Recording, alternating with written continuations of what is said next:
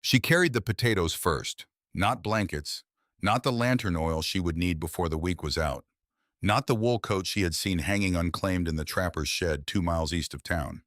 She carried potatoes because 3 weeks of sleeping in other people's cold had taught her something that no one in Hollis Gap had ever thought to put in words. Cold made a person slow.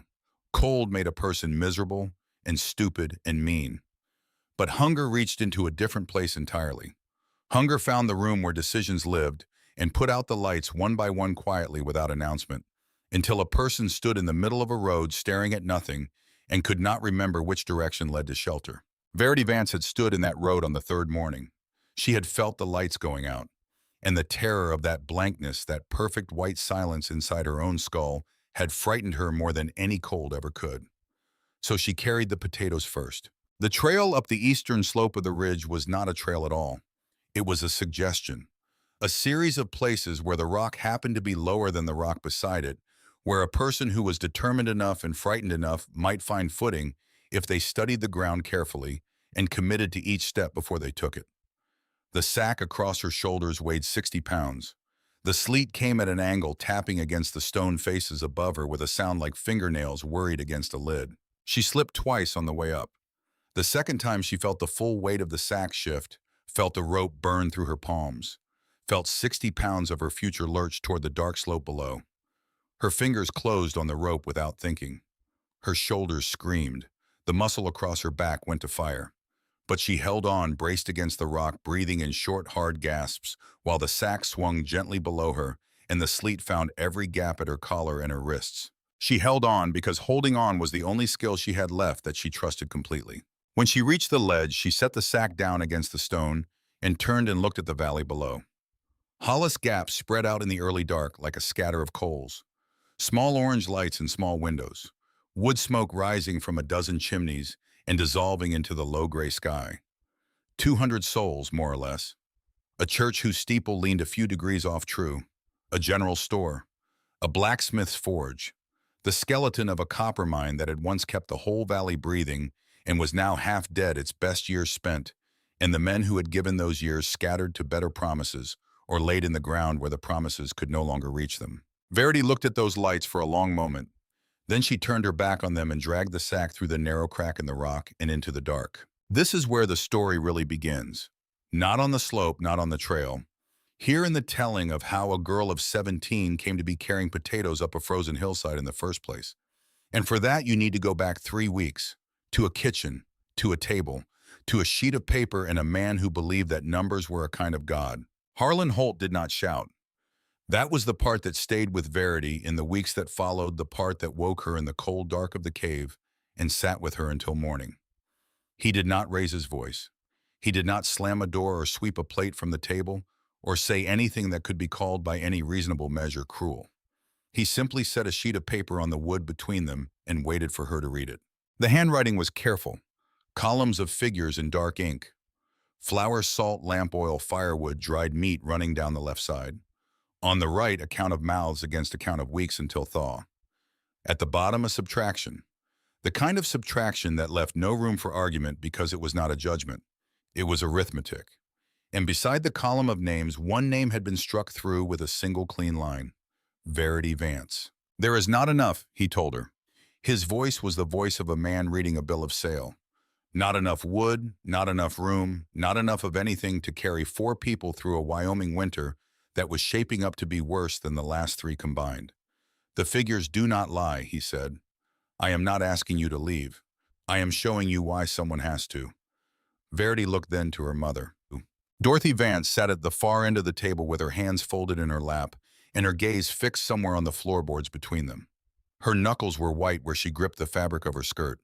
Her lips pressed together in a line so thin it looked like something carved rather than something living. Varity waited. 1 word from her mother would have been enough. 1 syllable, 1 breath of objection, and she would have fought to stay. She would have argued the numbers back, would have offered to eat half portions, would have slept in the barn or the cellar or the woodshed. She would have found a way to make herself small enough to fit inside whatever space remained. But you cannot fight for a door that no one is holding open for you. And Dorothy's lips moved once without sound, and then her jaw set, and then the moment passed like weather and was gone. Verity understood even then that her mother was not heartless.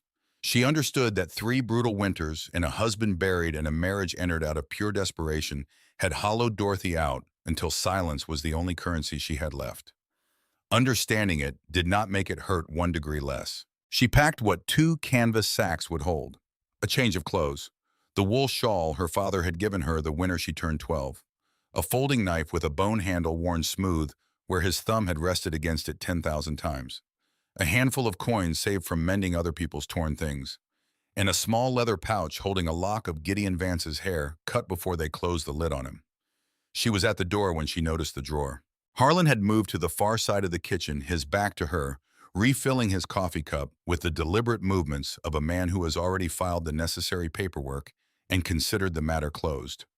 The drawer of his writing desk sat open an inch, the way a drawer sits when a man has pulled something out in a hurry and pushed it back without looking.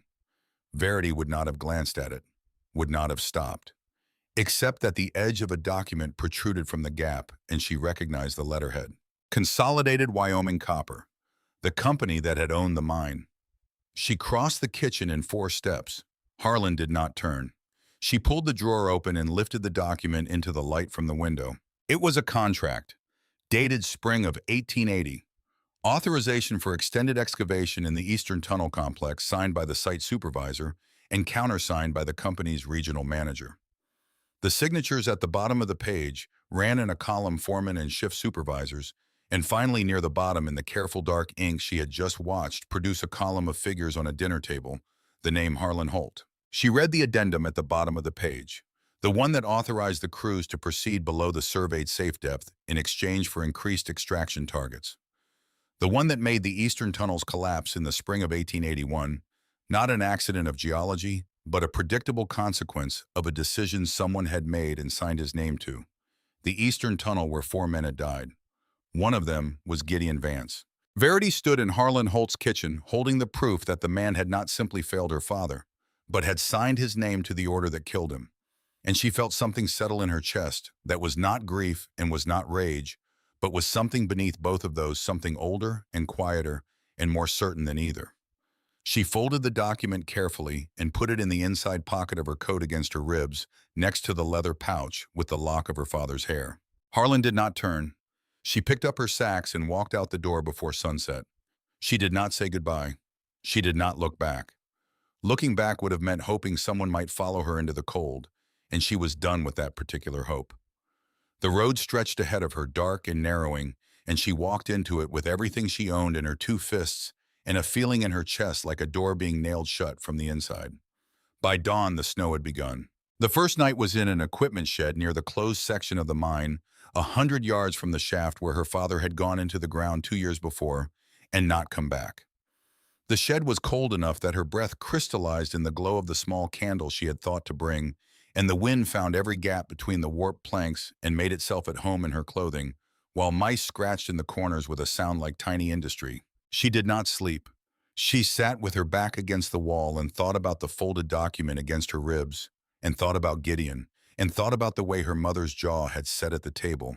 And somewhere around 3 in the morning, she stopped thinking about all of it, and simply sat with her knees drawn to her chest, and watched the candle flame bend sideways and right itself and bend again. The second night was under a wagon behind the feedlot at the south edge of town. Rats crossed her legs twice. The ground seemed to pull the warmth straight out of her marrow, a slow theft she could not stop and could not afford. She woke before dawn with her hands so stiff she could not open them all the way, and she understood for the first time in a visceral and physical way what cold actually meant. Not the cold of a drafty house or a slow morning stove. The cold of the earth itself, patient and indifferent and vast. The third night was in a root cellar that someone had forgotten to lock, black and damp, and stinking of rotted turnips, where she slept sitting upright against the wall because the floor was too wet to lie down on. When she came out at dawn, she stood in the middle of the road and realized with a clarity that frightened her more than anything else that had happened that her mind had gone very quiet. Not peaceful. Empty. She had tried asking for help before she gave up on it entirely. Eli Tate had opened his door on the second evening, a quiet widower with gentle eyes and calloused hands, raising his 9-year-old boy Wesley, alone in a house that smelled of wood smoke and boiled beans. He looked genuinely sick with sorrow when he said there was no room. She could see past him into the small kitchen where Wesley bent over a school slate doing his sums, and she knew the truth of it. 2 rooms barely spaced for the two of them in winter coming hard. But Eli pressed a square of cornbread into her hand before she left, still warm from the stove wrapped in a piece of cloth.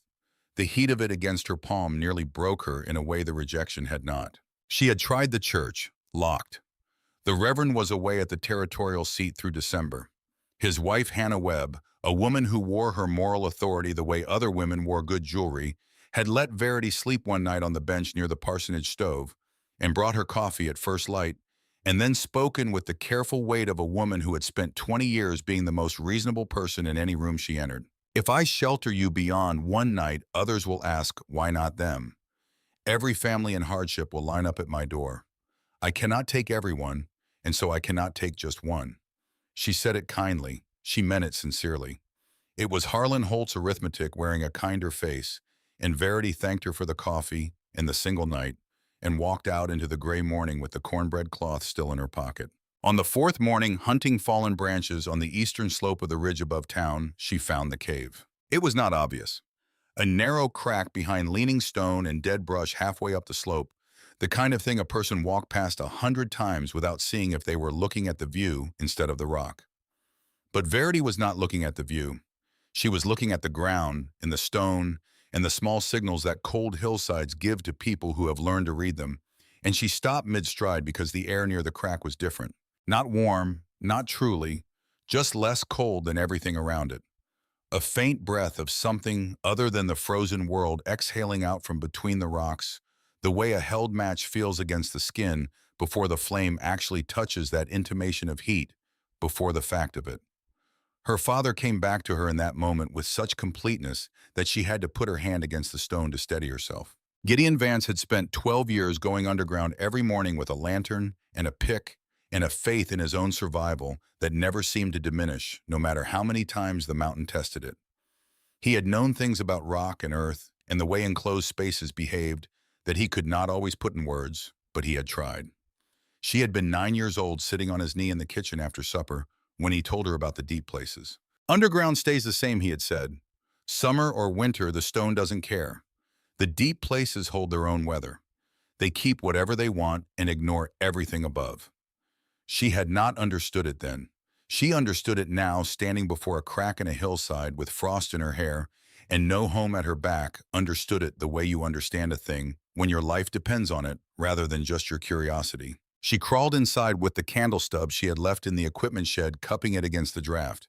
10 feet of passage tight enough to scrape both shoulders. Then it opened. A stone chamber unexpectedly large. Dry, which was the first miracle. The ceiling arched high enough for her to stand, which was the second. Along the curve of the ceiling, faint black smudges of ancient soot marked where fires had burned not recently, not in years, but many times by someone who had known what they were doing. Near the wall to her left flat, stones formed a fire ring shaped by deliberate human hands, not a random scatter, but a considered structure, a circle of purpose. And directly above it in the ceiling, a thin fracture in the rock that disappeared upward into darkness. She held her candle near the fracture and watched the flame lean toward it, and then straighten, pulled up and away. A chimney, natural, accidental, but functioning. The kind of geological coincidence that had kept someone alive once before. She moved the candle along the walls, and there they were. Vertical lines grouped in sevens, running across a section of the eastern wall, in a column that went from about the height of a man's chest to just above his head. She counted them without meaning to, the way you count anything arranged in rows, your mind doing the arithmetic before you have decided to engage with it. There were many, weeks of them, months of them, and beside the tallied lines scratched in letters careful enough to be legible, but rough enough to have been made by a person working in poor light with whatever tool came to hand, a date. November 1854. Nearly 30 years gone. Whoever had made those marks had spent a long time in this place, had gotten up every 7th day and made a mark on the wall to prove to themselves that time was still moving, that the world outside still had a calendar, that they were still a person who measured weeks and not simply a creature of cold and fire and waiting. And then at some point, they had stopped. Varity stood holding her candle and felt two things at the same time knotted together so tightly she could not find where one ended and the other began.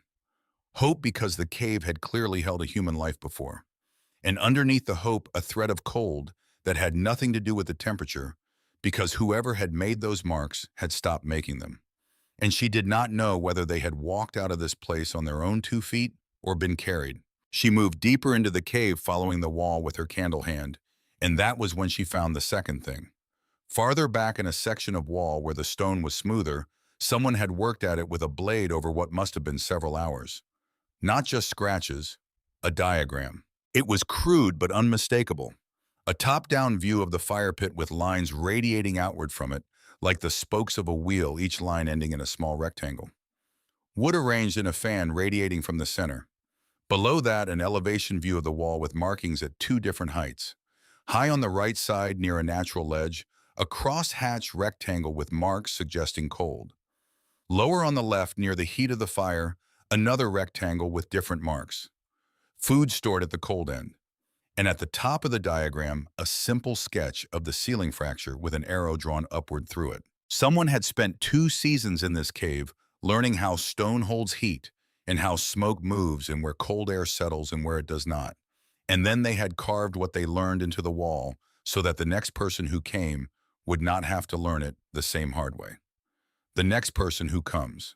Verity stood in the dark holding a candle stub that was burning toward her fingers, reading instructions left by a stranger 30 years ago, for a stranger 30 years hence, and she understood something that had no language attached to it, only weight. She was not the first person the world had tried to discard in a Wyoming winter. And the person who had come before her had survived. Had survived and then had thought about who might come after and had left something behind. She sat on the cold floor for the better part of an hour, not planning, just sitting in the silence, which was a different kind of silence than any she had experienced before. No wind finding its way through gaps, no exposed corner bleeding heat away, just still dry air in the mineral smell of deep rock, and somewhere far above the inaudible breathing of a mountain that did not know she existed and did not care, and was because of that indifference utterly reliable. She could survive in this place. The thought arrived not as comfort, but as instruction, and beneath it something harder. Something she did not examine too closely yet, because examining it would have meant understanding the full weight of what was ahead. Surviving in a cave above a town that had cast her out meant becoming something other than a girl waiting to be taken back in. It meant carrying her own existence on her own back. She crawled back out into the daylight and stood on the slope and looked at the valley below and made a list in her head. Potatoes first, canned goods if she could afford them, then blankets, then firewood, then kindling, then the smaller things that people forget about until they need them. A pot matches something to carry water in. She had the knife. She had $3.40 in coins. She had the diagram on the cave wall and 30 years worth of someone else's learning and a father's voice in her memory telling her that the deep places keep their own weather. She went down the hill and started carrying things up. The first week nearly broke her in a different way than the cold had. Not in her mind, but in her body, which registered every trip up the slope with an honesty that could not be argued with or ignored. Her shoulders bruised purple by the 3rd day from the rope and the weight.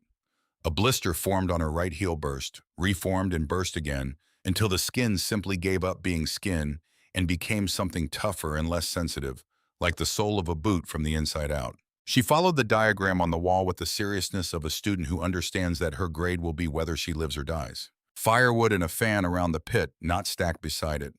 The stone absorbed the heat from the perimeter and gave it back slowly through the night, the way a cast iron pan holds warmth after you pull it from the fire. Small fires, consistent fires, not the large roaring fires that feel like luxury and cost 3 times the wood for half the sustained warmth. Food on the cold ledge at the back of the cave, where the air ran deepest and coldest, where nothing would turn or mold. Blankets raised on a platform of branches off the stone floor, because stone against a sleeping body draws warmth out faster than the coldest air above it. She made her first real mistake in the 2nd week, and it cost her 7 days of protein. She had hung a side of salt pork near the entrance to the cave, where the light was better and the air moved, and she had been proud of the hook she carved into the rock, and less careful than she should have been about what the moving air near the entrance meant for the meat's temperature. 3 days later, she found it spoiled, gone gray at the edges, and soft where it should have been firm, and something small had found it in the night, and worked along one side in ways she preferred not to look at too closely. She stood holding the ruined meat in the lantern light and felt the shame of it burn hotter than the cold, because it was the kind of mistake that Harlon Holt would have predicted, and hearing his voice in her head telling her that careless people did not survive made her angrier than anything he had said to her face. She buried the pork outside so the smell would not draw more visitors, scrubbed the hook with snow, and then she rebuilt her system from the floor up because the cave had done her the favor of teaching her the lesson without killing her. And that was as much grace as she was going to get. After the pork, she learned faster. She notched shelves from scavenged planks using the folding knife with a care that her father would have recognized and approved of. She rationed the matches with the seriousness of someone who understands that fire is not a given, but a practice, something that requires maintenance and respect, and cannot be taken for granted any more than food or water. By the third week, the cave had stopped being a hiding place and had started being something else. She did not have a word for what it was yet. But when she came through the passage at the end of a day's gathering and saw the ordered shelves and the laid-in firewood and the blankets raised properly off the stone, something settled in her chest that was not happiness and was not pride, but was related to both. A thing earned rather than given. The town noticed. Small towns always do. Boone Carver spotted her on a Tuesday dragging a makeshift sled loaded with grain sacks toward the eastern slope. He was 31 years old and built like the trade he practiced, wide through the shoulders, carrying his certainty the way a good blacksmith carries his tools, ready for any job, and confident in the using. His voice carried across open ground whether he intended it to or not. Going to live in the woods, are you? She kept pulling and did not slow down. If she had to, she told him. He stared after her for a while and then shook his head and muttered something about the girl having gone half wild. And she heard it, and she noted it, and she let it go because she had stopped caring what Boone Carver thought of her. Around the same hour, she realized that not one person in Hollis Gap had offered her a roof. Ezra Cobb noticed this change in her purchasing before anyone else because money was the only language Ezra Cobb truly read. He was 46 years old and owned the single general store within 30 miles and sat on the three-man town council, which in practice meant that Ezra and two men who agreed with whatever Ezra decided constituted the governing authority of Hollis Gap. He was lean in the face with pale eyes that priced everything they touched, people included. He kept his ledger in a drawer he unlocked only when alone, and he wore pressed shirts even in autumn as though respectability were a thing that could be damaged by a wrinkle. He caught Varity outside the store on the morning she came for flour, leaning against the door frame, with the ease of a man who has never had to worry about whether the door would open for him. "You have been buying more than your share," he said. She met him level. She told him other families bought what they needed, that she was paying full price, that she had not taken anything that was not fairly purchased. He lowered his voice to the register men use for threats they want to sound like favors. "I have the right to refuse a sale," he told her, "if I judge a person to be hoarding against the good of the valley. The council stands behind me on it." She understood exactly what this was. Ezra Cobb did not care about the common welfare of Hollis Gap. Ezra Cobb cared about being necessary. A girl who could provision herself without his store was a girl who existed outside his arithmetic, and people outside his count made him nervous in a way he could not afford to examine directly. She bought her flour that day and walked away with it, and knew that the supply line would close at his whim, and began planning as though it already had. The hand that caught her sleeve at the corner belonged to June Cobb, 19 years old and carrying her father's sharp features over none of his sharpness. She pressed a cloth bundle into Verity's hands and breathed the words fast and low. "Salt pork," she said. "Take it. He counts the flour to the ounce, but he never counts the pork." She hesitated, then added the harder thing, the thing that cost her to say in the open air of a town where her father had ears in half the walls. "He doesn't hate you. He's afraid of you. If you live through this winter on your own, people will start to wonder whether they need him as much as he has spent his whole life convincing them they do." It was a clear-eyed thing to say, and it cost her something to say it.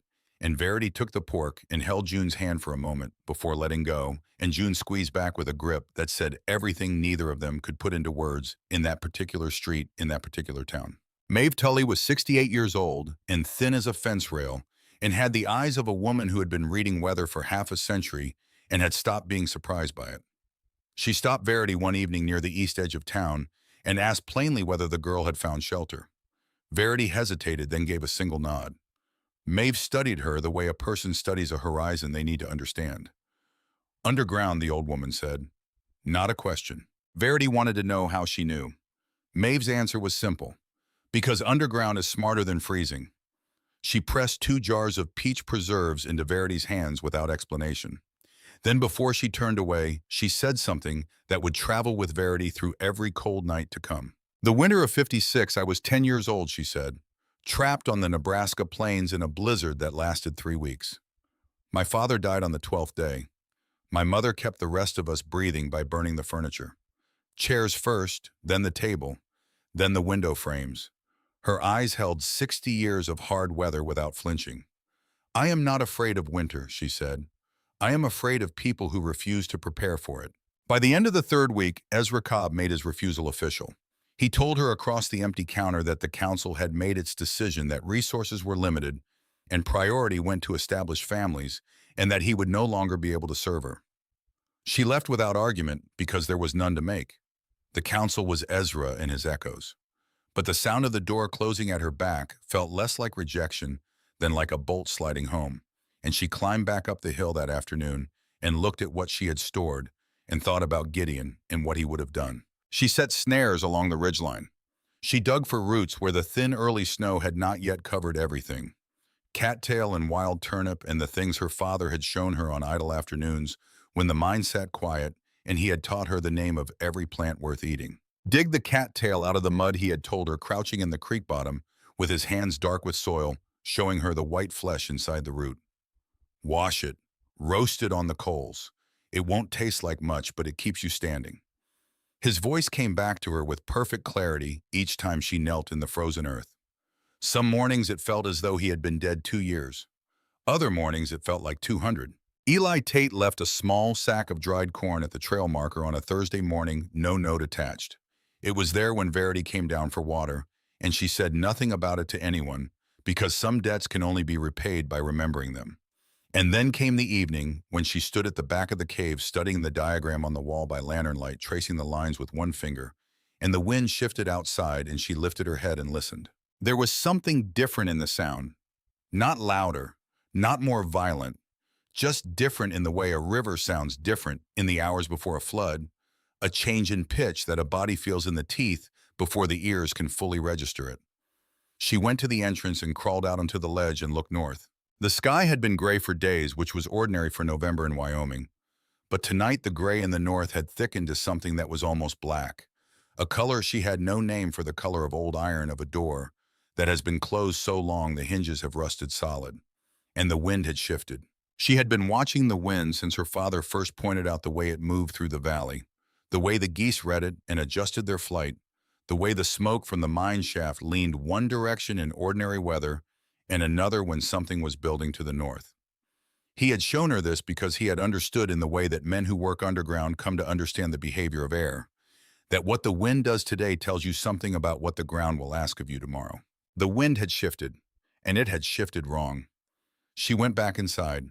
She looked at the stack of firewood against the wall. Then she went back out into the dark and gathered everything within reach of the ledge and brought it in and stacked it against the wall beside what was already there. She worked until her arms gave out, and then she sat beside the small fire and looked at what she had built. A machine for staying alive. That was what the cave had become. Not comfortable, not warm in any true sense of the word. But a machine, something built with intention and maintained with care and stocked with the specific supplies that the season would demand. She thought about the people in the valley below, about the 200 souls in their timber houses with their cast iron stoves and their months of wood stacked against the usual winter, the winter they had seen before and survived before and expected again. About the men in the diner who predicted snowfall over breakfast and went home and did nothing differently. In the morning she went down the hill to tell them. The diner smelled of coffee and fried salt pork and the particular comfort of a room full of people who have not yet been frightened. She stood in the center of it in her frost-dusted coat with her hands still showing the cracks and the rope marks from 3 weeks of hauling supplies up a mountain, and she said it plainly enough for every person in the room to hear. A bad storm is coming, not an ordinary one. Build up your wood and your food today before the roads turn against you. Ezra Cobb, near the window with his coffee, smiled the smile of a man watching an amusement that has wandered into his house uninvited. Boone Carver said that if the storm was so dire, they had timber houses and cast iron stoves. So what did she have? A crack in a hillside. A few men laughed, not mean laughter, comfortable laughter. The laughter of people who have not yet been asked to be afraid and are not in any hurry to start. Hannah Webb in her measured voice said that the men in this room had survived more Wyoming winters than Varity had years on Earth. Eli Tate sat at the back with his hands around his coffee cup and his eyes on the table and said nothing. That silence would sit with him for a long time afterward. He knew it even as it was happening. Varity looked around the room one last time, face by face. Not from spite, but because she wanted to remember them, wanted to hold in her mind the particular look of certainty before the world sets about proving it wrong.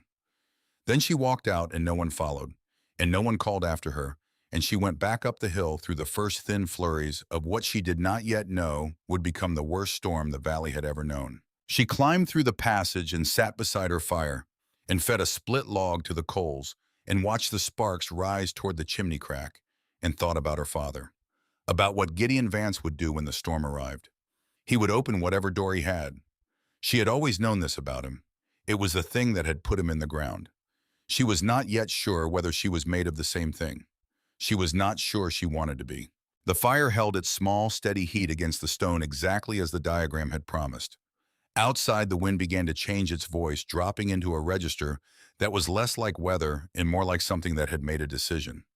And somewhere below her in the valley, she had been cast out of 200 people were going to sleep inside houses built for an ordinary season that was no longer coming. The blizzard arrived on a Tuesday night, and it did not come gently. Varity was feeding the fire when she felt it coming. Not the wind itself, but the thing that ran ahead of the wind, a change in pressure so complete that it popped in her ears, like descending from a great height, and the lantern flame bent sideways without any draft she could name, and then straightened, and then bent again. She set down the split log she was holding and sat very still and listened. Then the sound struck. Not a gust. Not the building howl of a storm finding its stride. A wall of sound arriving all at once, a roar so deep and so sustained that it seemed to rise out of the mountain rather than fall from the sky. The cave absorbed it the way deep water absorbs a dropped stone completely without effort. The violence reduced to a vibration she felt in the soles of her feet and the base of her spine rather than heard with her ears. The flame steadied. The walls did not tremble. The fire burned exactly as it had burned a moment before, small and deliberate and sufficient, casting its steady light across the ordered shelves and the stacked firewood and the blankets raised properly off the stone. Outside, the world she had known broke apart. She could hear it even through the mountain, timber flexing under lateral load, the high-pitched shriek of wind finding gaps in structures built for ordinary winters.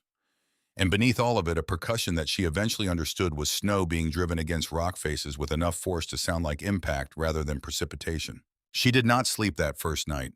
She sat with her spine against the cold stone, watching the choked entrance, and tending the coals with the patience of someone who has learned that fire is a relationship that requires continuous attention, and she turned over the question she had been carrying for weeks. Whether to open this door. The people who had laughed at her in the diner. The people who had watched Harlon Holt cross her name off a sheet of paper and found reasons not to object. The people who had decided each in their own way and for their own reasons that the arithmetic of their comfort was more important than the arithmetic of her survival. She owed them nothing. She had done the mathematics on this herself in the sleepless dark of the equipment shed, in the root cellar, and the first frozen nights in the cave. She had added up the debts and the obligations and the moral accounting of who had given what to whom, and the column came out the same way every time. She owed them nothing. And yet, near dawn of the second day, a shape appeared at the cave entrance. Snow-heavy, moving slowly, too large for a deer, and too deliberate for anything else that would be moving through a blizzard of this magnitude, for any reason other than that staying still meant dying. Varity took up her knife and pressed herself flat against the wall beside the passage and waited. The shape crawled through on hands and knees, shedding clumps of white with every movement, and then rose into the firelight. Asa Wren was somewhere near 60 years old, though the years sat on him the way years sit on men who have spent most of them outdoors, which is to say that 60 was a minimum estimate, and the truth could have been higher without surprising anyone. He was thin and deeply weathered with a gray beard untrimmed for months in a coat of worn deerskin patched at the elbows with mismatched leather. Ice crusted his beard and his eyebrows and the front of his coat where his breath had frozen against the fabric.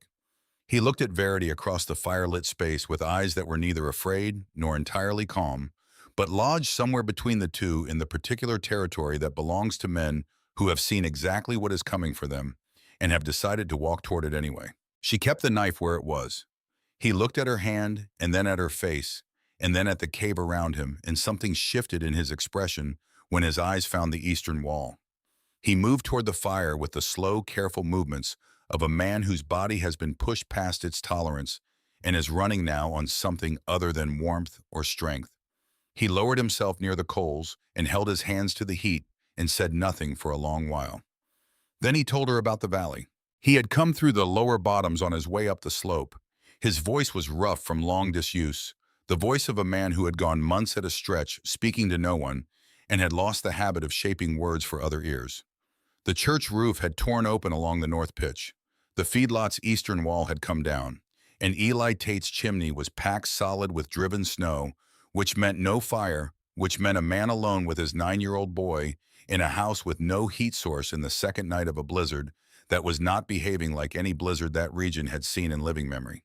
If this holds past 3 days, he said, people start dying. Varity set the knife down on the shelf above her. She asked him if he had come to tell her she should go save them. He looked at her across the fire. He said he had come because his cabin had lost half its roof an hour back, and it was considerably warmer in a cave than in a structure now open to the sky.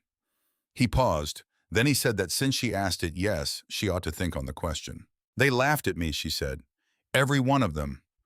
I know it, he answered. Ezra cut my supply. Hannah called me a child. Boone said I had gone wild.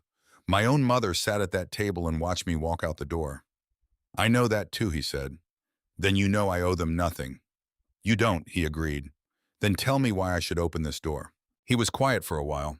The fire snapped between them and the storm pushed against the mountain from outside, and the mountain ignored it with the comprehensive indifference of stone.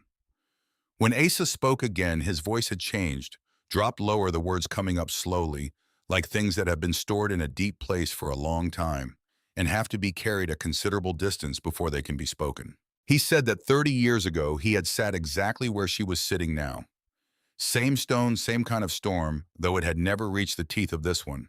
He had food enough for himself and wood enough, and he had known there were people in the valley below who were cold and frightened and hungry, and he had chosen not to open the door. He had stayed and waited the storm out. It passed. Nobody died because that particular storm had not been cruel enough to kill. But he had not known that while it raged. For 8 days he had sat in this cave, not knowing whether a man was freezing to death a mile below him while he ate warm soup under dry wool. And when the storm finally quit and he came down the slope, he had walked through the valley with the question running underneath everything he saw, every face he passed, every house he entered. What if it had been worse? What if someone had died? What if one small thing from his hand could have turned it? He had carried that not knowing for 30 years. Every winter it came back and asked him again. Then she asked him what he would tell himself now if he could go back to that cave and speak to the man he had been. He looked at her across the coals for a long moment before he answered. When he did, the words came without weight or drama, the way a truth sounds when a person has stopped arguing with it. That outliving everyone alone, he said, is only a slower way of disappearing. The silence after that was long enough for the fire to burn down to coal before either of them broke it. Then Varity told him the practical truth she had been circling for days. If she opened the door and the cave filled with people, her stores would not reach spring. She had planned for one, possibly two, never a dozen. He acknowledged it. She pressed further she would be trading her own survival for people who had thrown hers away. He leaned back against the stone and looked at the ceiling and said that was one way to frame it. The other way was that she would be becoming the kind of person who did not throw a life away, even with every reason in the world laid out in front of her to do it. The fire burned down. Neither of them moved to feed it. Then Varity gave him the truth she had been carrying since the night she walked out of Harlon Holt's kitchen. If I let them die out there, when I could have reached them, she said, I become Harlon. Just one more person deciding who is worth the saving. Asa Wren did not say he had told her so. He simply reached forward and set a piece of wood on the coals and waited for the flame to find it. She went out in the gray screaming light of the second morning and found Mave Tully face down in the snow 40 yards below the cave entrance. The old woman had made it most of the way up the slope before the wind took her legs. She was slight, barely more than bone and will wrapped in wool, and the blizzard had found her lightweight and made use of the fact.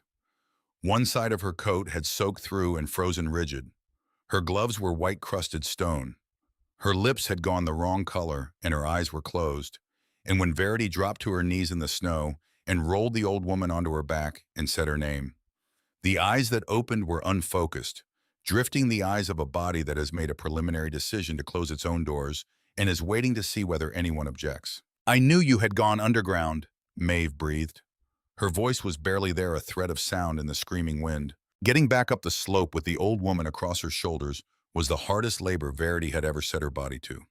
The drifts ran waist-deep in places, and the wind found them broadside twice, and both times it tore Mave from her grip. Both times she went back and lifted again, and kept climbing because somewhere below the muscle and below the will, there was a layer of something that did not negotiate and did not calculate and simply refused, and it was from that layer that the strength came. She found the entrance by the split boulder she had fixed in her memory as a landmark already half buried, and then the passage swallowed them, and the roar became a murmur, and the murmur became silence, and warmth reached for them both like a hand extended in a dark room. Asa was on his feet before she cleared the passage. He took Mave from her without a word, carried the old woman to the fire as though she weighed nothing, and began working the blood back into her white-tipped fingers between his palms. Varity wrapped blankets around the thin shoulders and built the fire to a blaze and brought snow in to melt for water. Mave's eyes found their focus slowly. She took in the shelves, the stacked wood, the ordered stores. Her expression moved through confusion and then recognition, and then something that was not quite awe, but was close to it. "You truly built all of this," she said. "Somebody had to," Varity answered. They were sealed inside for the rest of that day and through the night. When the third morning came and the storm showed no sign of weakening, Varity crawled to the entrance and looked out and counted the chimneys she could see from the ledge and noted which ones had smoke and which ones did not. Too many did not. Eli Tate came up the slope on the afternoon of the third day with Wesley on his back. She saw them from the ledge before they saw her two figures working through drifts that reached the man's chest in the low places. The small boy riding with his arms locked around his father's neck and his face buried against his father's collar. Eli was moving the way men move when they are operating past the point where movement should be possible on rhythm rather than strength, one foot and then the other. Not because the body is capable, but because stopping is the one option that cannot be chosen. Wesley's lips were the wrong color when Eli finally cleared the entrance and straightened in the firelight. His eyes were half shut, and his small hands, when Varity took them between her own, were cold in a way that meant the cold had been working on him for longer than anyone would have wanted. Eli stopped in the middle of the cave and stared. His gaze moved across the shelves, across the stacked firewood, across the raised sleeping platform, and the organized provisions. Then it stopped on one particular shelf where the dried corn sat in a cloth sack. He recognized the corn.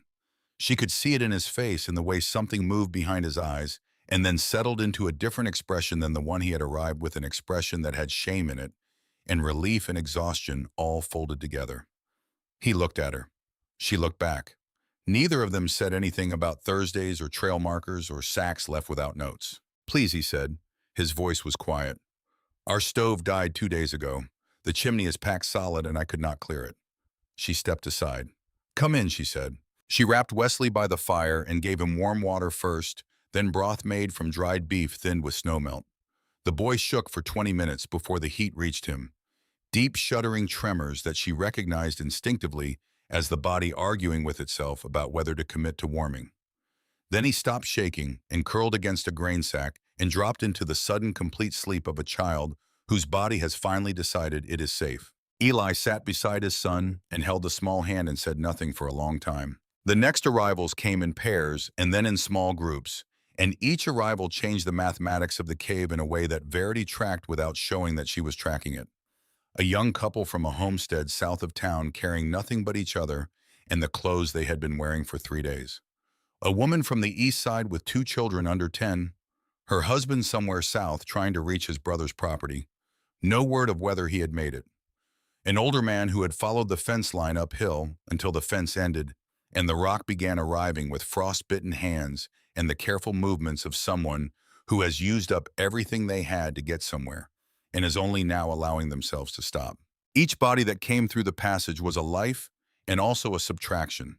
Verity knew this and felt both things simultaneously, the warmth of each arrival and the cold calculation beneath it, and she kept both feelings and let neither one cancel the other out because both of them were true. Hannah Webb arrived on the fourth day, wet through and shaking, and she sat where Verity directed her to sit and took the food that was handed to her and said nothing about experience or judgment or the number of winters she had outlasted. She simply sat and watched a 17-year-old girl manage a cave full of frightened adult people with the quiet efficiency of someone who had been training for this without knowing it was training. Boone Carver arrived just before dark on the fourth day with his 6-year-old niece Pearl across his arms. He came through the entrance and straightened and stopped and looked at the interior of the cave, the way a man looks at something he has fundamentally misjudged. The shelves running the length of the walls stacked with jars and sacks, and the accumulated provision of 3 weeks of labor. The dry firewood ready to hand, the warm and steady air while the blizzard still threw itself against the mountain's back with undiminished violence. "You built all of this on your own," he said. "Yes." He was quiet a moment, taking it in. Then he said he had laughed at her for hauling it up there. She confirmed that he had. He turned his hat in his hands and looked at the floor with the particular discomfort of a man discovering himself wrong about something that mattered, and then he said that he reckoned he had played the fool. She did not tell him he was wrong about that, but she held out her arms for Pearl, and he transferred the girl carefully, and Verity felt at once the heat coming off the small body that should not have been there, the fevered heat that means a child's defenses have been breached. She looked at the flushed face and felt the forehead with the back of her hand and looked up at Boone. She told him to put her by the fire.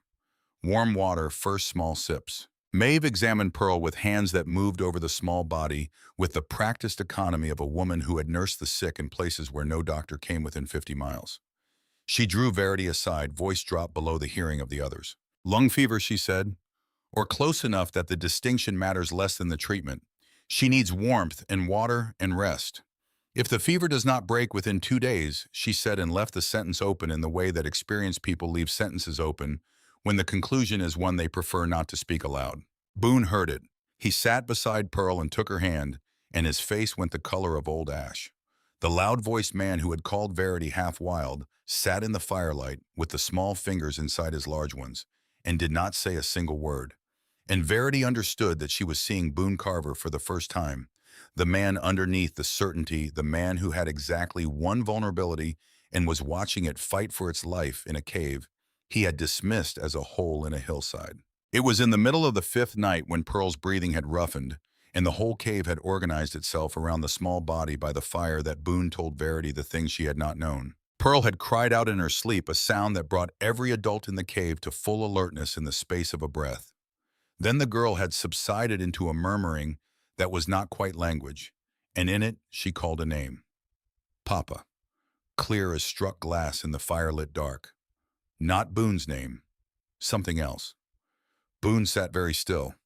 Then he touched Verity's arm and drew her back toward the cold end of the cave away from the others. He told her quietly, Pearl was not his sister by blood.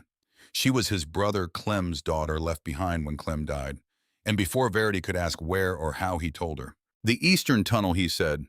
The collapse of 1881. Clem Carver had been on the crew pushing past the surveyed safe depth. He had been 24 years old and had a pregnant wife, and had taken the deeper assignment because it paid 12 cents more per shift, and 12 cents per shift over a season was the difference between a warm house and a cold one. The Eastern Tunnel, the spring of 1881, the same collapse, the same 4 men. Verity stood in the cold end of the cave with Boone's words settling over her like snow, and thought about the folded document against her ribs and the name at the bottom of it.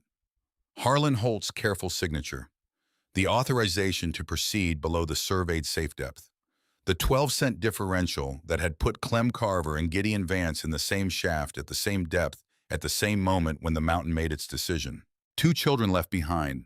1 cave. Brought here by the same storm, sharing the same fire, connected by a piece of paper that a man in a pressed shirt kept in a locked drawer. Boone looked at her across the dark. He did not know about the document. She did not tell him. But something passed between them in that moment that rearranged things, some understanding that did not need language, and was larger than either of them. And from that point forward, Boone Carver stood behind every decision Verity made in the cave, without hesitation and without question. The fifth day brought Royce Trumbull and his son Cole. Royce was broad-chested and loud in the specific way of men who have never had to be anything else a farmer of 40-some years, who filled rooms with his presence and his opinions, and had spent his life in a valley small enough that neither had ever been seriously challenged.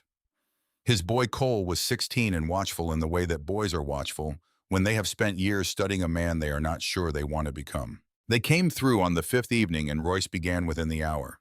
The cave was too cold. The food was inadequate. The sleeping arrangements were an indignity. He paced the length of the chamber muttering about his livestock and his farm, and the circumstances that had brought him to shelter in a hole in the ground beside people he would not ordinarily share a fence line with. When Verity divided the evening meal into equal portions and set Royce's in front of him, he stood up. He was twice the size of half the people in this cave, he said. He needed more than that. Equal portions, Verity said. No exceptions. He wanted to know who had given her the authority to set rules and what was he would remind her a hole in the ground and not her house. She built this place, Boone said. His voice was quiet and very clear. She stocked it. She is the reason any of us are still drawing breath tonight. You want to argue about portions, you can take the argument outside. From the shadow of his rear wall, Asa spoke without raising his voice or shifting his position. He said that he had seen men open each other's throats over half a loaf of bread in a bad winter. Equal shares was the only road where nobody died by another person's hand. It was not a moral argument. It was an observation about outcomes stated by a man old enough to have watched the alternative play out. The cave went still. Firelight moved on the walls. Royce looked around the chamber for one man to stand with him. No one met his eyes. Then Cole Trumbull said quietly without drama, "Stop, Dad." Royce looked at his son as though the boy had struck him. Cole did not look away. He held his father's gaze with the particular steadiness of a young person who has made a decision they are not going to unmake regardless of the cost. And the cost was written plainly on Royce's face for anyone present to read. Royce sat down. He took his portion. He did not speak again that night, but his eyes stayed hot, and he did not look at Cole, and Cole did not look at him. And between them something had shifted that the storm had not caused, but had merely provided the occasion for the way storms always provide the occasion for the things that were already waiting to happen. Later, when the others were sleeping, Cole came to where Verity was banking the fire for the night. He apologized for his father. She told him he did not have to answer for someone else's choices. He said he knew that, but someone needed to say it. Then he went back to his blanket, and she watched him for a moment, this boy close to her own age, who had just chosen honesty over blood in front of a cave full of witnesses, and she understood the cost of it because she had paid a version of it herself the night she walked out of Harlon Holt's kitchen. June Cobb arrived on the sixth night. She appeared at the entrance barely audible above the wind, a sound so soft that Verity nearly dismissed it as the storm finding a new register. She crawled through and rose into the firelight, and her teeth were chattering so hard she could not form words for several minutes. Verity brought her to the fire and wrapped her and waited. When June could speak, she opened the sack she had been clutching against her chest through the blizzard. Flour, dried corn, a handful of salt pork. Not much, but something. She had taken it from the storeroom, she said. Her father had caught her at it. He had told her that if she walked out the door, she was no daughter of his. Verity asked why she had come anyway. June's eyes filled. Because he is keeping the storeroom locked, she said. 200 pounds of flour, 100 of salt pork, 40 jars of preserves, and he is handing supply only to the families he chooses people who owe him money or favors. Everyone else gets nothing. She pulled the back of her shaking hand across her face. I could not sit in that house and watch him weigh who is allowed to eat, she said, while a child burns up in a cave because the storm came for everyone, and he only opened his door for some of them. Verity pulled her close and held her. Two girls cast out by their own people, sitting together in the only honest shelter in a valley of bolted doors. That night, Pearl's fever climbed to its summit. The child burned so fiercely that the blanket over her went damp with sweat within the hour. Her small frame shook with coughs that seemed to rise from somewhere far below the lungs, deep and tearing each one a labor. Mave stayed beside her through every hour, changing wet cloths on the burning forehead, spooning warm water sweetened with honey into the cracked mouth, murmuring in a low, continuous voice that might have been prayer or instruction, or simply the oldest human offering the sound of another person present in the dark. Asa had carried a small jar of honey down from his cabin before the roof gave way. He produced it from his coat pocket and set it beside Mave without comment and went back to his corner. Boone sat against the stone wall holding Pearl's hand. He did not speak. He did not move. Food was placed beside him and he did not eat it. The man who had carried a loud opinion on every subject sat in total silence through that long night, learning at the specific and irreversible cost of a child's fever that every word he had ever spent was worth exactly nothing against this. Varity tended the fire and watched and waited and felt the weight of the cave's population in a way that was no longer abstract. They were not mouths to be subtracted from a supply column. They were Mave's steady hands, and June's grief, and Eli's quiet watching, and Cole's new-made courage, and Wesley asleep against the grain sack, and Boone's large hands around his niece's small fingers, holding on the way Varity had held onto the rope on the slope, with 60 pounds swinging below her in the dark. Holding on because letting go was the one option that could not be chosen. Sometime past midnight, Pearl stopped coughing. The cave went very quiet. Boone's hand tightened on the small fingers. Every breathing person in the chamber held their breath. Then Pearl drew a long, clear breath deeper than any she had managed in 2 days. The tension in her small face eased. The sweat on her forehead began at last to cool. Mave caught Verity's eye across the fire and nodded once. Varity let out a breath she had not known she had been holding for 2 days. Boone made no sound. He lowered his head until his forehead rested against Pearl's hand, and his shoulders moved in the way that a person's shoulders move when they are releasing something they have been holding so tightly for so long that the letting go is almost worse than the holding. The storm pushed against the mountain. The mountain held. Varity moved to the back of the cave and held her lantern up to the wall where the tally marks ran in their long column below the diagram that Asa had left for the stranger who came after him. She picked up the piece of charcoal she had been using to mark her supply counts and wrote a number on the stone below everything else. Not a tally mark, a practical number, the count of what remained against the count of days that would feed the people sleeping around her if she cut the portions by a third. 2 days. She looked at the number for a while. Then she put the charcoal down and went back to the fire and sat beside it and watched Pearl breathe, and the breaths came steady and even and deep. And outside the wind began at last, almost imperceptibly, to drop in register. The first indication that somewhere beyond what any of them could see, the storm had made a decision about its own limits. She did not sleep.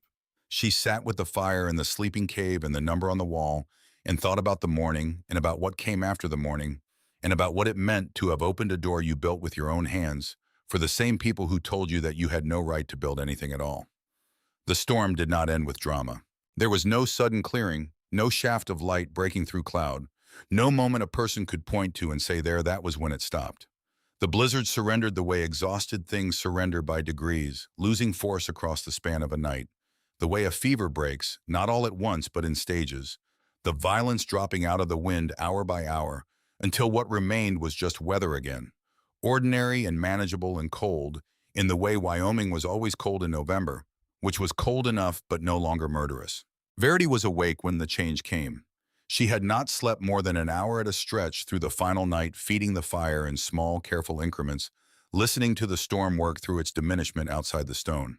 She tracked it by sound the way her father had taught her to track underground conditions by sound, the way a miner learns to hear the difference between rock settling and rock preparing to move. The roar dropped to a sustained howl. The howl dropped to a moan. The moan thinned to the sound of ordinary wind moving through ordinary cold in a valley that had been remade by 8 days of extraordinary violence. When the stillness finally arrived, it was so complete she could hear her own pulse.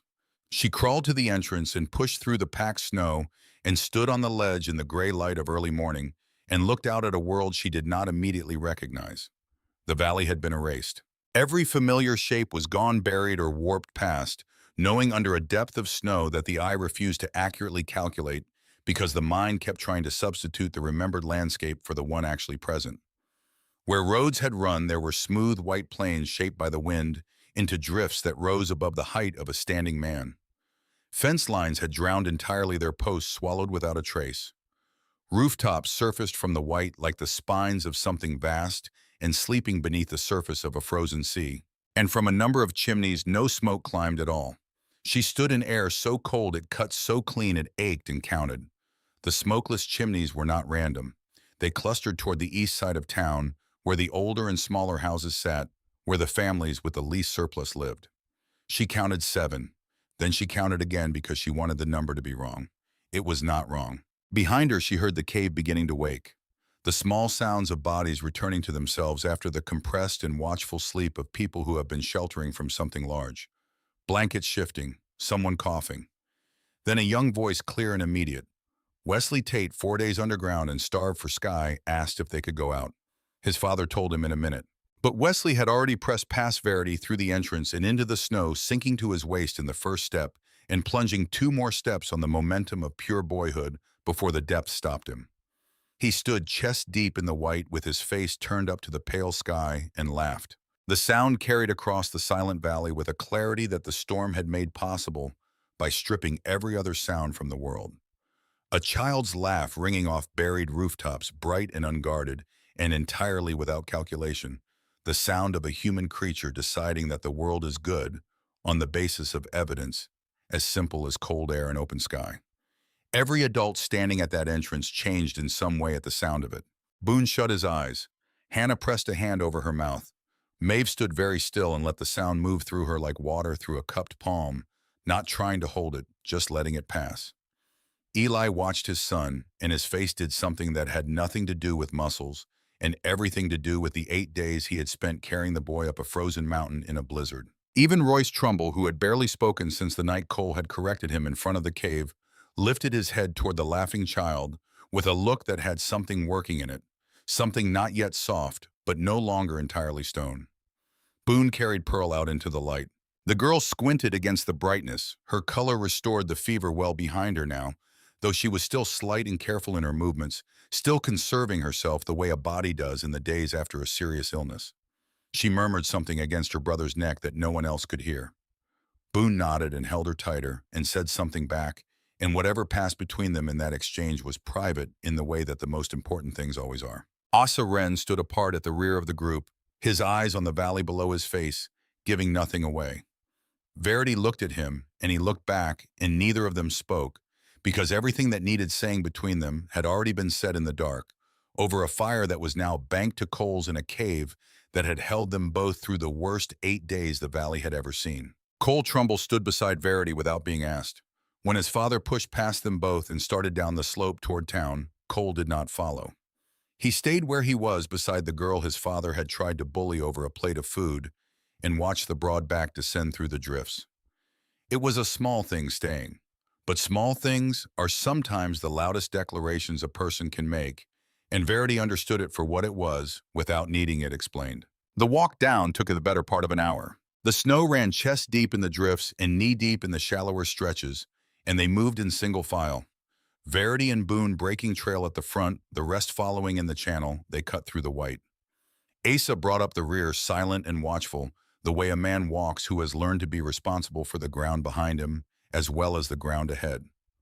Mave moved slowly but did not complain, one hand on Eli's arm for balance, her eyes on the valley below, with the expression of a woman assessing damage she has spent 60 years preparing herself to assess.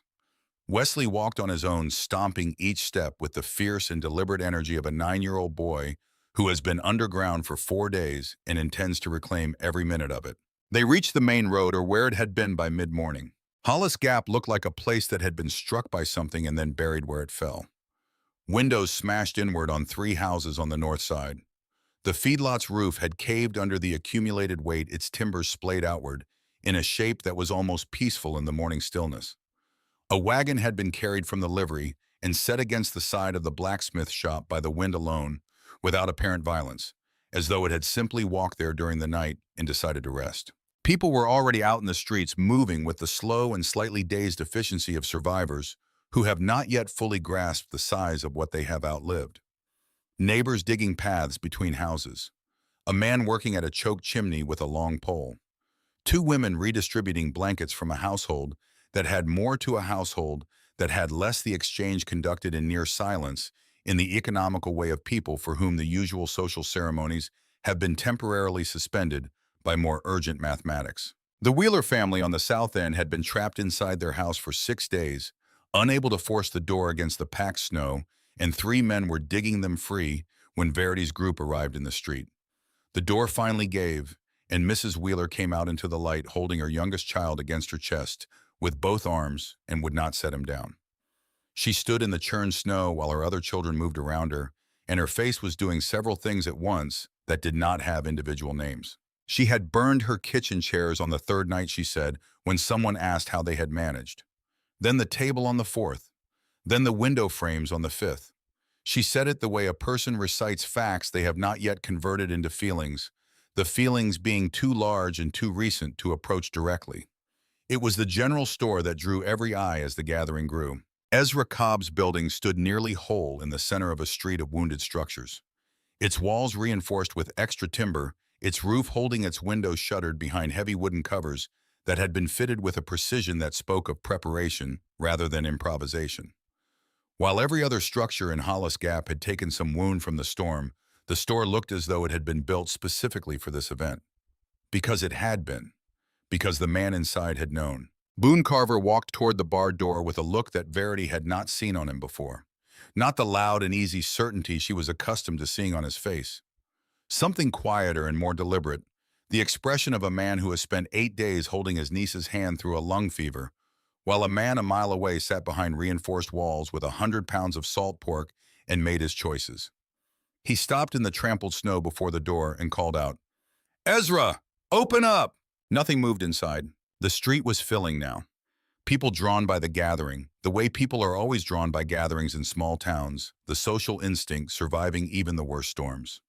Within 10 minutes, nearly half of Hollis Gap stood in the churned white before the store, their breath rising in small clouds, their faces carrying the particular combination of exhaustion and unresolved anger that belongs to people who have just survived something they should not have had to survive alone. Boone called again louder. The bar lifted. The door swung inward. Ezra Cobb stood in the gap, looking thinner than Verity remembered, his face drawn, his pale eyes moving across the assembled crowd with the expression of a man who has been rehearsing this moment in his mind for 8 days and has found that the rehearsal did not adequately prepare him for the reality of it. His hands at his sides were not entirely steady. "You locked this store," Boone said. His voice carried in the still air without effort. "You sat in here with 200 pounds of flour and 100 of salt pork, and God knows what else, while Pearl nearly died of lung fever in a cave on the hill." "I protected my inventory," Ezra said. His voice was steady. He had prepared this answer. "I have a right to protect what is mine." "A right," Boone said. He turned the word over the way you turn something over when you are examining it for the rot inside. "Pearl is 6 years old, Ezra. I offered supply to families who came to me," Ezra said. "Several received provisions, the families you chose." The voice came from the back of the crowd, quiet and caring.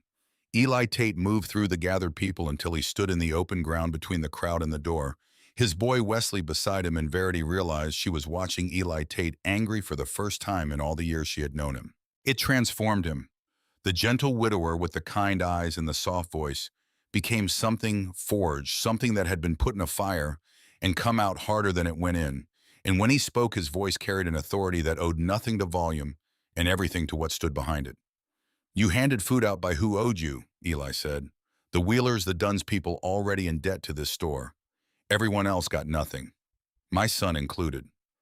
Ezra's mouth opened. Eli pressed on the iron in him, quiet and complete.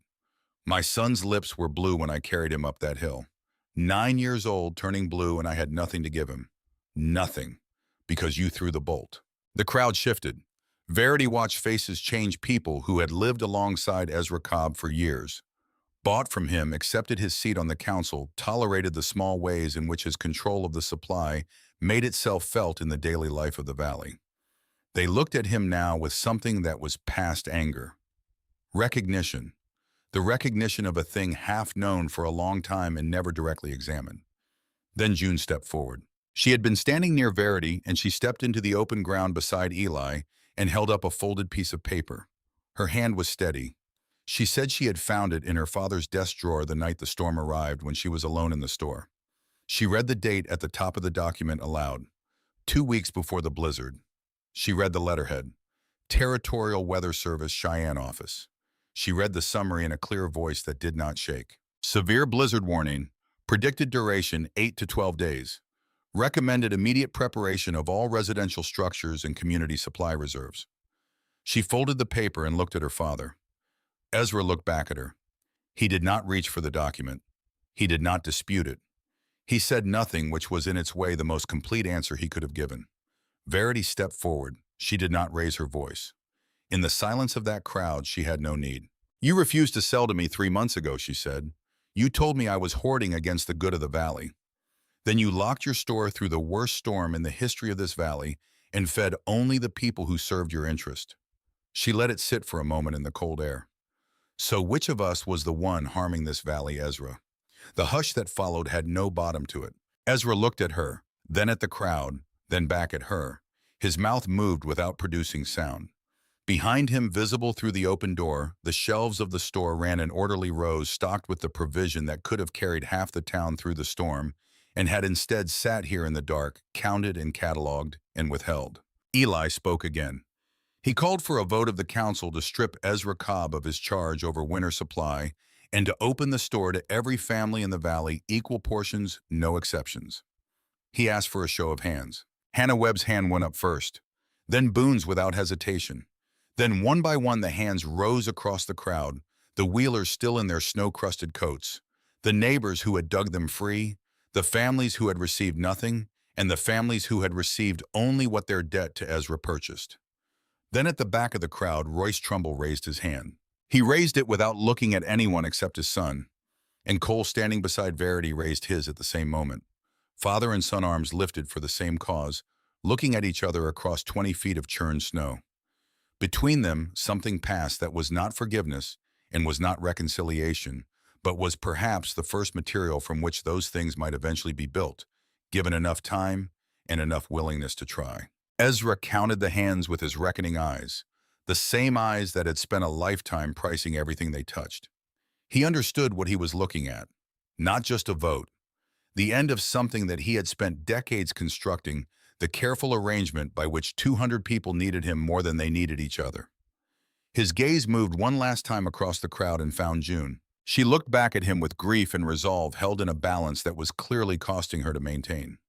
He looked at her for a long moment. Then he stepped backward into the store and drew the door shut. Not with anger, not with a slam, but with a quiet and definitive click. The sound of a man retreating to the last ground still his. Boone and Eli opened the door. It was no longer barred. Varity organized the distribution the way she had organized the cave, with the same attention to quantity and fairness, and the same refusal to let sentiment override logistics. Every family received the same measure. No household took more than its neighbor. The skill of keeping 12 people alive underground translated without friction to the larger task of keeping a town alive above it, because the principle was the same in both places. Those who had more gave toward those who had less until the line between them disappeared. June stood beside her through the entire distribution, working her father's store with hands that knew every shelf and every sack and every jar, doing the work she had always known how to do in a building she had grown up in, but doing it now as someone she had chosen to become rather than someone she had been born into. On the following morning, Varity walked down the hill toward the house she had been cast out of. The path to the door had been cleared, but poorly, a narrow trench dug by someone without much strength left for the effort. She stood at the door for a full minute before she knocked, listening to water dripping from the eaves where the thin winter sun had found a little purchase on the overhang, listening to her own breathing, trying to identify what she had come here for. Not confrontation. She had examined that possibility on the way down the slope and set it aside. The satisfaction of confrontation required an audience, and what she needed was something private, something true. Harlon Holt opened the door slowly. He looked older than the man in her memory. The months since she had last seen him had worked on him in ways that ordinary time does not usually work. The specific aging that happens to people when the certainties they have built their lives on are exposed to conditions they were not designed to withstand. He had lost weight. His shirt hung loose at the shoulders. His eyes moved past her to the supply sled that Boone had helped her load that morning and was now parked at the edge of the cleared path. "You came back," he said. Varity looked past him into the kitchen. The table stood where it always had.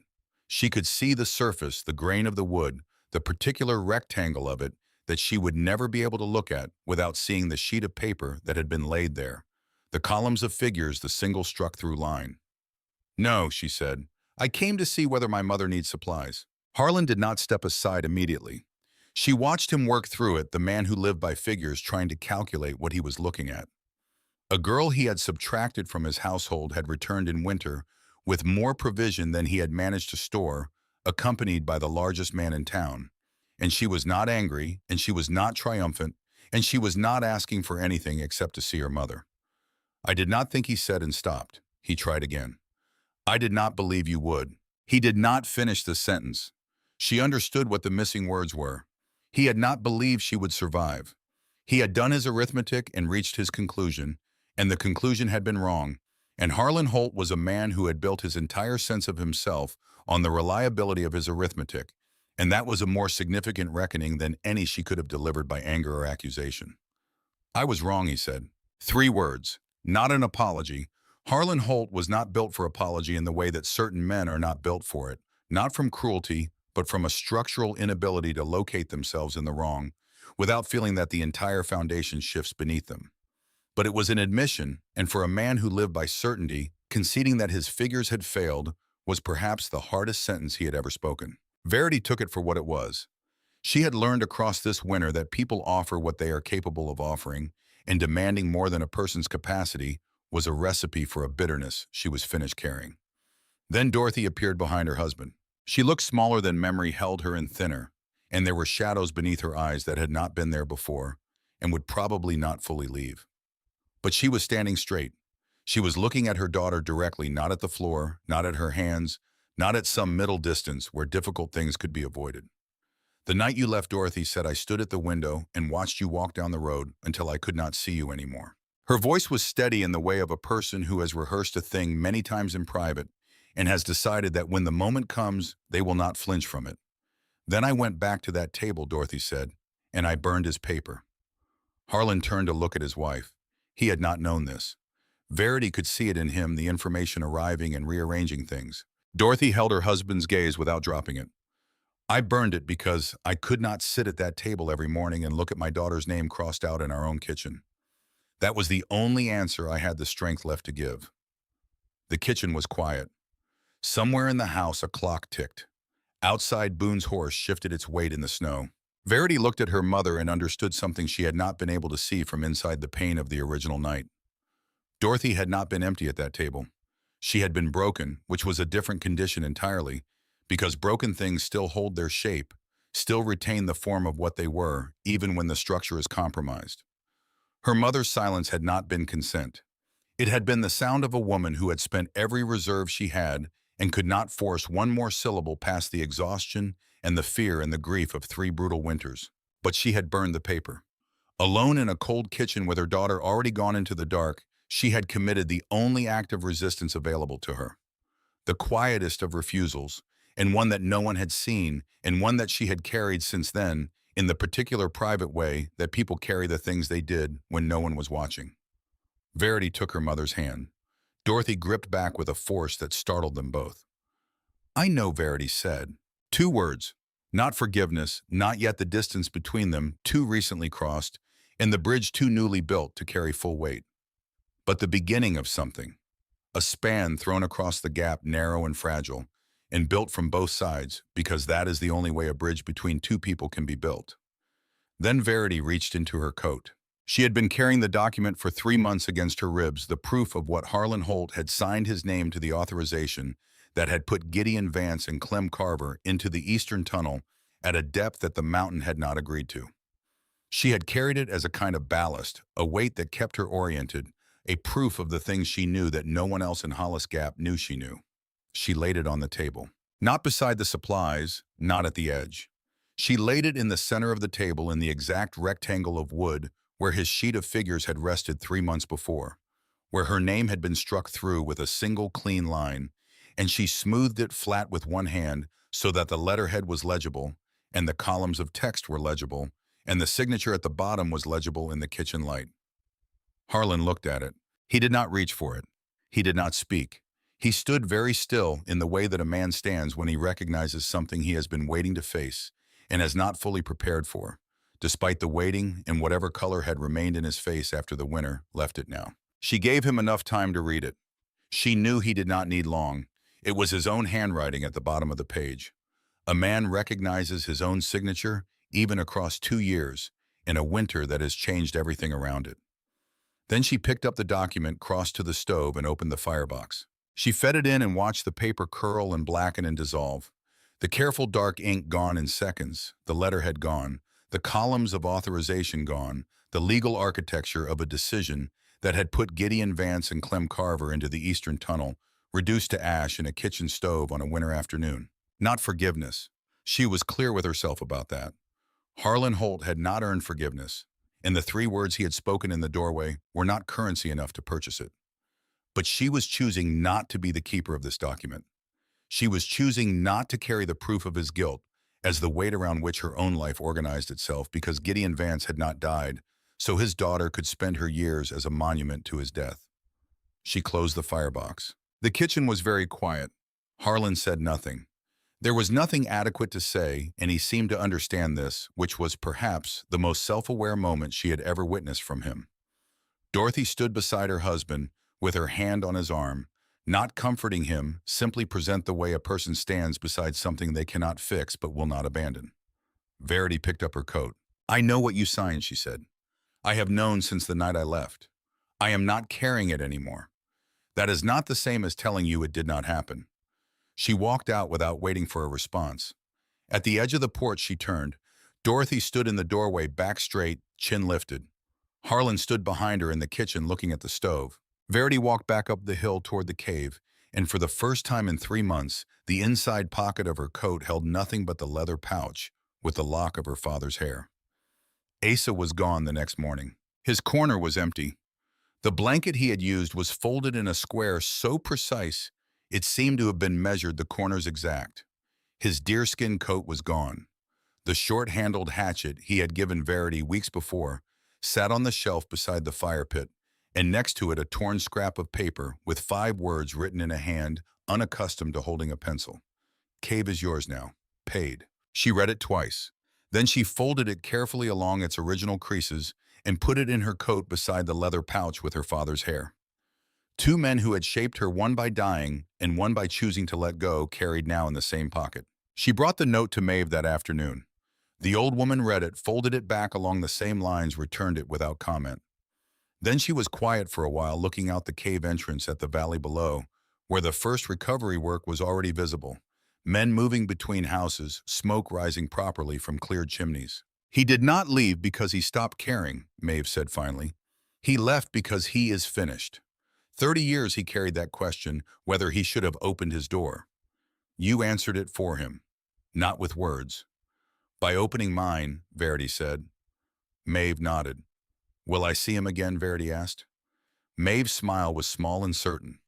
"You will find his footprints in the snow every winter," she said. "That is how he will say good morning." It was enough. Some people speak through presence and others only through absence, and the distinction between the two, Varity understood now, was the same as the difference between a door left open and a door thrown shut at someone's back. Asa had walked through an open door. Harlon Holt had thrown the bolt. The difference between leaving and abandoning was not about the going. It was about what you left behind you when you went. In the weeks that followed, Hollis Gap set about the work of becoming something different from what it had been. Root cellars were dug deeper before the spring thaw could close the window for it. 3 new storm shelters were carved into the ridge above town, marked with painted stones so anyone in the valley could find them in poor visibility. Families began laying in preserves in September, now not waiting for the first hard frost to remind them that winter was coming. The Reverend returned from Cheyenne 2 days after the storm ended and spent his first night back on his knees in the damaged church before he stood up and began personally overseeing the construction of a community supply reserve in the church basement, open to any family, regardless of standing or means.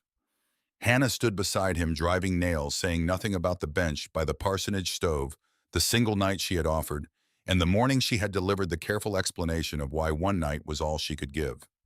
She did not need to say anything. She was driving nails. Ezra Cobb did not apologize to the town. He was not the kind of man who could, and no one expected it of him.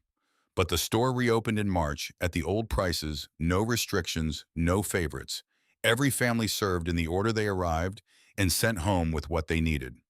And beginning in the first week of March, a sack of flour appeared outside the cave entrance every Thursday morning, no note attached, no name. June knew whose hands had carried it up the slope. She said nothing about it to her father.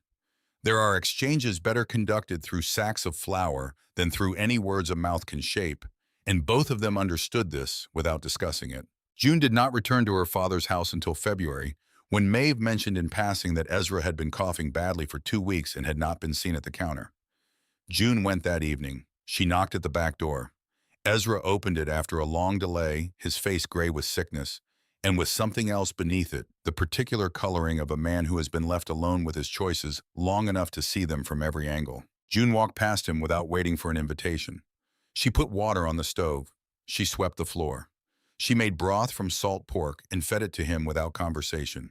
And when he finally asked her in a voice rough and diminished by illness, and by something older than illness, why she had come back, she gave him the same 4 words Varity had spoken on the slope in the blizzard. Because somebody had to. She offered nothing more. He asked for nothing more. Ezra looked at his daughter for a long moment. The words were not hers, he understood that. She had not arrived at them through family obligation or filial duty. She had arrived at them through someone else, through a choice made in a blizzard by a girl he had cut off from his store and his counsel and his valley's supply of everything necessary to survive. His daughter had walked into the storm and come back carrying a sentence that did not belong to either of them, and was using it now to offer him something he had not earned. He looked at the floor, then he moved aside and let her in. The sentence had closed one conversation and opened a different one in the same breath. And what grew between them afterward was not what had been there before, was not simple and was not easy, but was at least honest, which was more than either of them had managed.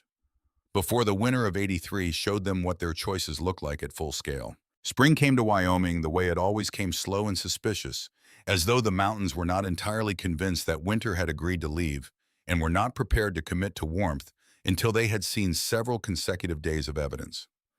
Snow pulled back in patches on the south-facing slopes.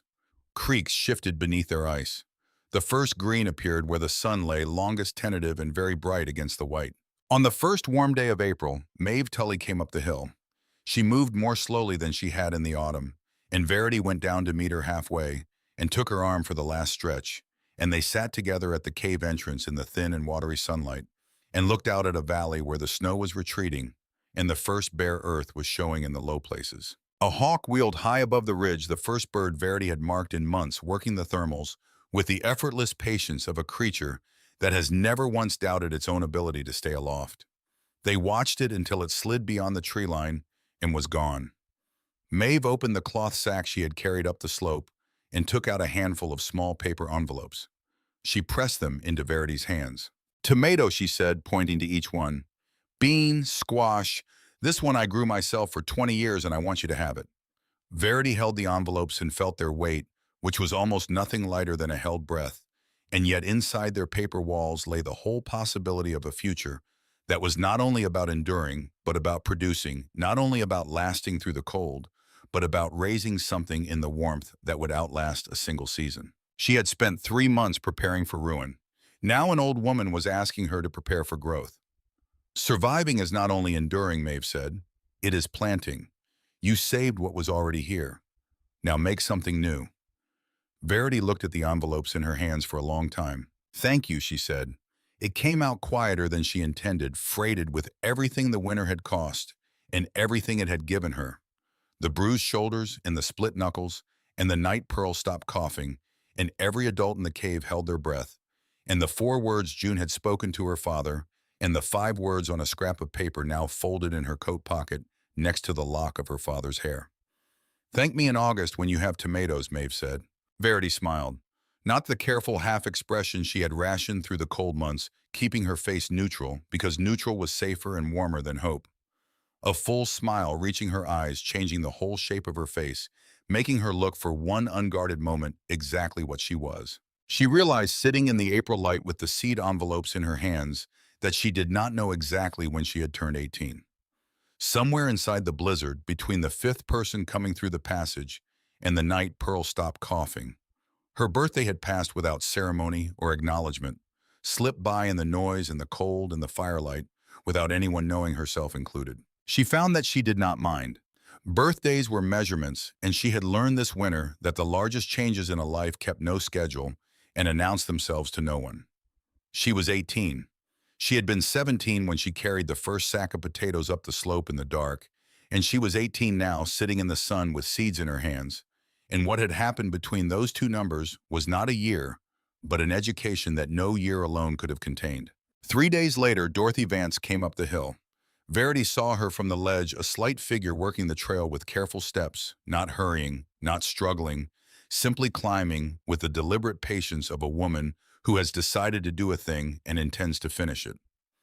Verity went down to meet her at the halfway point and took her arm for the last stretch without being asked, and they did not say anything to each other on the way up because nothing needed saying yet. At the entrance, Dorothy stopped and looked in. She stood in the opening for a long time, taking in the shelves and the banked fire and the raised sleeping platform and the marks on the eastern wall, the long column of tally marks and the diagram and the charcoal number written below everything else. 2 days. The count of what had remained when she chose to open the door for 12 people instead of keeping it for one. Then Dorothy looked at her daughter. Verity looked back. Dorothy stepped inside. She sat down on the edge of the sleeping platform and folded her hands in her lap. Not the tight, white-knuckled grip of the kitchen table months ago, but something looser, something that had released without disappearing entirely.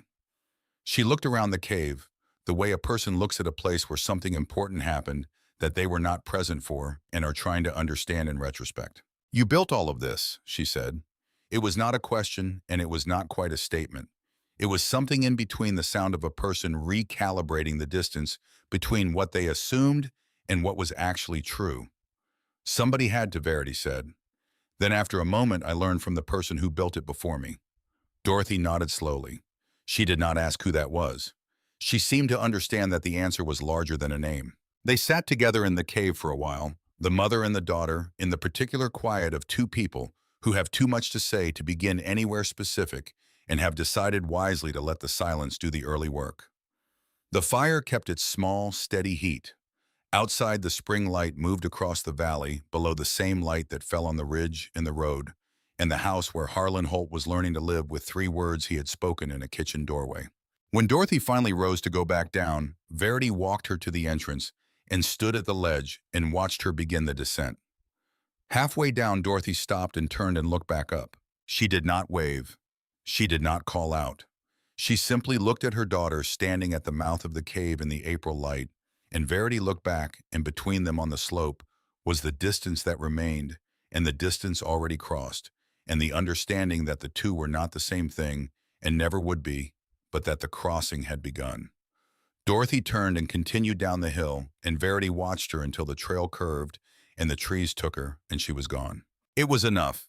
It was for now exactly enough. The cave stayed open year-round after that.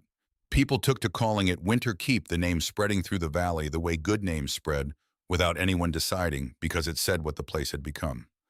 A holding against the worst of things, raised by a girl the valley had written off, who had chosen to fill the empty space with something other than bitterness. Every autumn, when the geese flew south and the wind reversed, and the first hard frost killed the standing crops, someone climbed the hill to check it. Firewood stacked, shelves full, entrance clear. Because they remembered the winter of '83. Because they remembered what it looked like when one person prepared better than everyone else combined, and what she had done with that preparation when the storm arrived. On the first morning of true spring, Verity walked out before dawn to check her snares along the upper ridgeline. The snow had pulled back far enough that the trail was clear in most stretches, only a few shallow drifts remaining in the shadowed places where the sun had not yet reached. She was 20 yards from the cave entrance when she stopped. There, in the thin remaining white coming up from the tree line, and ending precisely where she stood, was a line of boot prints. Large boots. A long stride. The prints climbed the slope toward the cave, then stopped and turned and went back down toward the trees without ever reaching the entrance. Nothing left beside them. No rabbit on a branch, no coil of rope, no hatchet or square of deer hide. Only the prints coming up and turning back, as though the man who made them had walked up in the dark to see that the entrance was clear, that the stone above it still sheltered the girl who lived within, and then had turned and gone back to wherever he was going satisfied. She stood in the early light and looked at those prints for a long while. The hawk came back over the ridge or a different hawk and turned 3 slow circles above the slope and moved on. Then Verity went back inside. She took her father's folding knife from her coat pocket, the bone handle worn smooth where his thumb had rested against it 10,000 times. She crossed to the eastern wall where the tallies ran in their long column, the groups of 7 scratched deep into the stone by a man alone with a question he would carry for 30 years. She set the blade against the rock a few inches to the right of Ace's final mark. Separated by 3 decades in a small space of stone, but on the same wall in the same cave under the same chimney crack that had drawn fire smoke upward through the mountain for longer than anyone currently alive had been breathing. She cut one line, not a week's mark, not the beginning of a column, just one line clean and deliberate pressed into the stone with the knife her father had given her in the cave, that a stranger's knowledge had made survivable in the place that she had built with her own hands, and opened with her own choice, and intended to keep open against whatever winters were still coming. One line was enough. Counting was what a person did while waiting for something to end. Varity Vance was not waiting for anything to end. She was waiting for tomatoes, for the bean rows to come up, for the hawk to make another pass over the ridge, for the green to climb the southern slopes the way it climbed every year, slow and certain, and entirely indifferent to whatever the winter had thought it was doing. For the next person who would labor up this hill in the dark of some future winter and find the door against all the arithmetic of the world still standing open. She put the knife back in her pocket and walked out into the morning and sat down at the cave entrance with the valley spread below her and the seed envelopes in her coat and the spring light on the snow, and her face turned toward all of it open as a hand unclenched ready as ground that has been through the worst and is waiting now to be asked what it can grow.